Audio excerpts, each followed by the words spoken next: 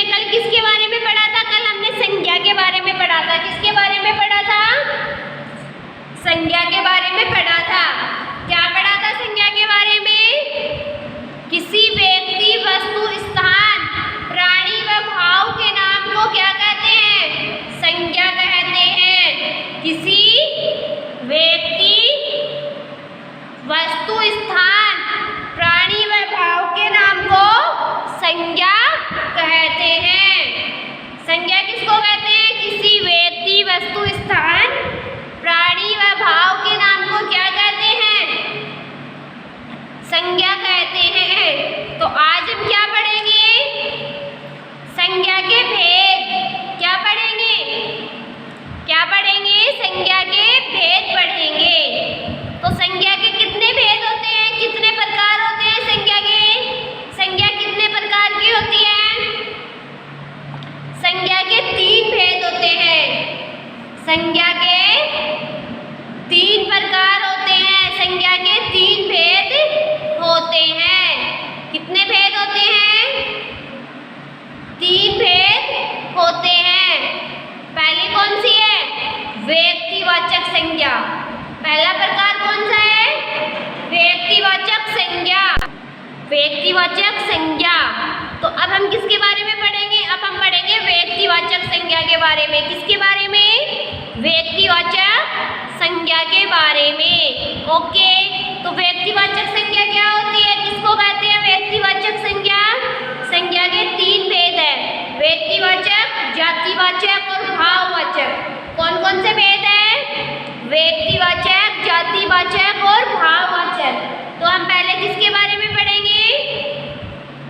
व्यक्तिवाचक संज्ञा के बारे में पढ़ेंगे। किसके बारे में? व्यक्तिवाचक संज्ञा के बारे में पढ़ेंगे। तो किसको कहते हैं व्यक्तिवाचक संज्ञा? किसी विशेष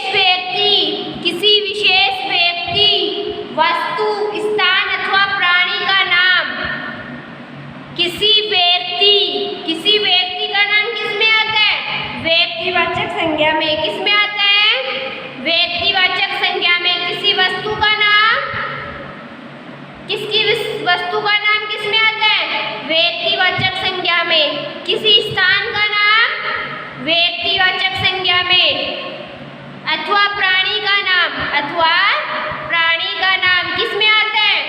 व्यक्तिवाचक संज्ञा में। किसी विशेष व्यक्ति, वस्तु, स्थान अथवा प्राणी का नाम किसमें आता है? व्यक्तिवाचक संज्ञा में। किसमें आता है? व्यक्तिवाचक संज्ञा में। ओके बच्चों, तो आपको क्या जानना है? आपको जानना है कि व्यक्तिवाचक संज्ञा किसे कहते हैं? किसी विशेष व्यक्ति, वस्तु, स्थान अथवा प्राणी का बोध करवाने वाले शब्दों को क्या कहते हैं? व्यक्तिवाचक संज्ञा कहते हैं। जैसे सचिन तेंदुलकर क्या है? ये व्यक्ति का नाम। इंडिया गेट स्थान का नाम। ऋग्वेद वस्तु का नाम। तो ये किसमें आते हैं?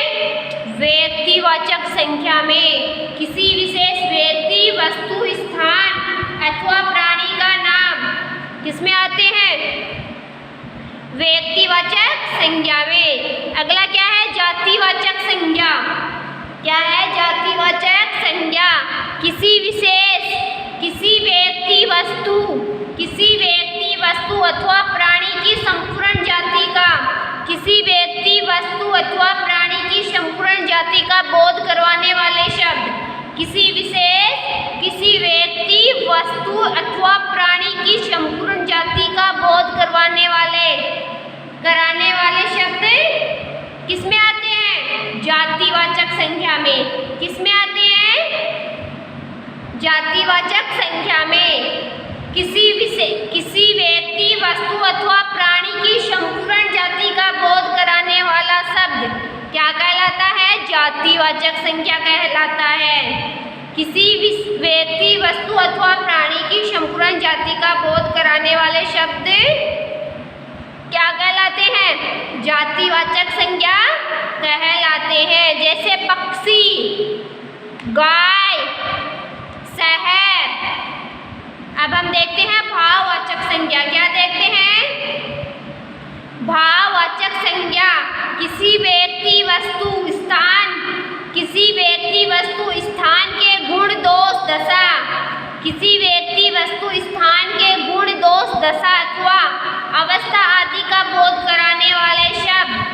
किसी व्यक्ति वस्तु स्थान के गुण दोष दशा अथवा अवस्था आदि का बोध कराने वाले शब्द क्या कहलाते हैं? भाववाचक संज्ञा कहलाते हैं। किसी व्यक्ति वस्तु स्थान के गुण दोष दशा अथवा अवस्था आदि का बोध कराने वाले शब्द क्या कहलाते हैं? भाववाचक संज्ञा कहलाते हैं। क्या कहलाते हैं? भाववाचक संज्ञा कहलाते हैं। जैसे निर्धनता, सुगंध, ऊंचाई। तो ये क्या है? संज्ञा के भेद। पहला भेद कौन सा है? व्यक्तिवाचक संज्ञा, जिसमें किसका बोध होता है? किसी विशेष व्यक्ति वस्तु स्थान अथवा प्राणी का नाम का बोध कराने वाले शब्द क्या कहलाते हैं? व्यक्तिवाचक संज्ञा। किसी व्यक्ति वस्तु अथवा प्राणी की संपूर्ण जाति का बोध कराने वाले शब्द जातिवाचक संज्ञा। किसी विशेष वस्तु स्थान के गुण दोष दशा अथवा अवस्था आदि का बोध कराने वाले शब्द क्या कहलाते हैं? भाववाचक संज्ञा कहलाते हैं। क्या कहलाते हैं? भाववाचक संज्ञा कहलाते हैं। तो आज आपको क्या पढ़ना है? क्या पढ़ना है? संज्ञा के भेद। संज्ञा के भेद के बारे में अच्छे से पढ़ना है और अच्छे से समझना है। क्या करना है? अच्छे से पढ़ना है और अच्छे से समझना है। जो संज्ञा के भेद है उनके बारे में क्या करना है? अच्छे से पढ़ना है और अच्छे से समझना है। ओके बच्चों, तो इनके बारे में अच्छे से पढ़ोगे और अच्छे से समझोगे। यह भी जाने, इसके अतिरिक्त भी कुछ नाम है जो क्या है? जो संज्ञा है। जो हमने पढ़े हैं उनके अतिरिक्त भी क्या है? उनके अतिरिक्त भी नाम है जो क्या है? जो संज्ञा है। क्या है? जो संज्ञा है। त्योहारों के नाम होली, दीपावली, रक्षाबंधन, दशहरा, क्रिसमस, छठ आदि त्योहारों के नाम भी क्या है? संज्ञा है। क्या है? त्योहारों के नाम संज्ञा है। नदियों के नाम जैसे गंगा, यमुना, गोदावरी, झेलम, कृष्णा, कावेरी, नर्मदा, रावी आदि। नदियों के नाम गंगा, यमुना, गोदावरी, झेलम, कृष्णा, कावेरी, नर्मदा, रावी आदि। तो ये भी क्या है? संज्ञा है। नदियों के नाम भी क्या है? संज्ञा है। दिनों के नाम सोमवार, मंगलवार, बुधवार, बृहस्पतिवार, शुक्रवार, शनिवार और रविवार। दिनों के नाम भी क्या है? संज्ञा है। महीनों के नाम जनवरी, फरवरी, मार्च, अप्रैल, मई, जून, जुलाई, अगस्त, सितंबर, अक्टूबर, नवंबर, दिसंबर आदि। ये भी क्या है? महीनों के नाम भी क्या है? संज्ञा है। शहरों के नाम जयपुर, दिल्ली, चंडीगढ़, गुरुग्राम, आगरा, कानपुर, भागलपुर आदि। ये भी क्या है? संज्ञा है। तो त्योहारों के नाम भी क्या आते हैं? संज्ञा में आते हैं। नदियों के नाम संज्ञा में आते हैं। दिनों के नाम संज्ञा में आते हैं। महीनों के नाम संज्ञा में आते हैं और शहरों के नाम संज्ञा में आते हैं। किसमें आते हैं? संज्ञा में आते हैं। ओके बच्चों, तो इनको क्या करोगे आप? क्या करोगे? इनको अच्छे से पढ़ोगे और इनको अच्छे से समझोगे। जो आज हमने पढ़े संज्ञा के भेद पढ़े उनको क्या करोगे? अच्छे से पढ़ोगे और अच्छे से समझोगे। ओके बच्चों, आज के लिए इतना ही काफ़ी है। कल हम पढ़ेंगे नेक्स्ट टॉपिक। आज आपको क्या करना है, इनके बारे में अच्छे से पढ़ना और अच्छे से समझना है। ओके, थैंक यू बच्चों।